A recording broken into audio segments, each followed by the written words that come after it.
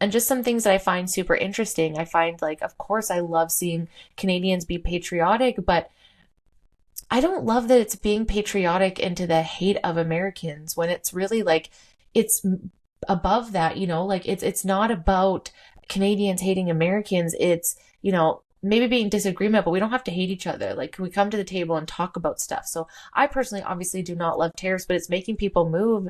It's making a difference. I think for me, I just wonder, is there other ways that we could have dealt with this? Like, could we have given it more time? But again, like he's been in office for 8 years and it's just gotten worse. So I guess you could argue, like, is he pushing Canada to have an election because he wants one too, just as much as the Canadian government? I don't know. And this is where it's all kind of leading up. It's like, okay, these tariff threats are coming in. They're coming in from Trump. Now, as of yesterday, I believe I read that they're coming in from China. There's a full-on trade war going on in the world, and our government is prorogued again. And they're also went to the courts, and it did not exceed power, apparently, allegedly. And that just kind of blows my mind because and again, like, I don't know as much about it, so please educate me. I definitely want to learn more. It's hard always trying to look at this stuff and find out the real reasons, but it's kind of crazy to me that we're in the middle of a trade war where they're saying, it's not a good time to do an election, but it's a good enough time to stop Parliament altogether.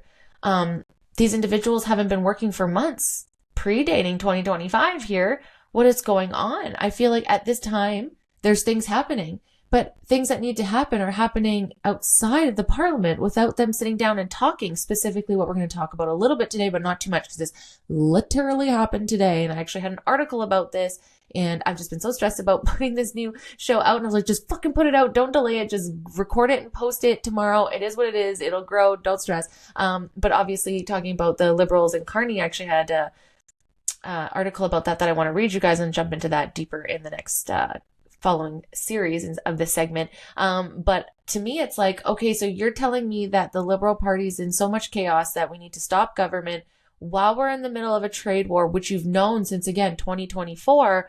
But everyone's like, how dare you call for an election when most Canadians are like, yeah, we don't give a shit. We need an election because it's not going to end well. Some of us feel with this government at the realm because, unfortunately, other administrations don't really like them, and allegedly some other administrations own us, and that's kind of scary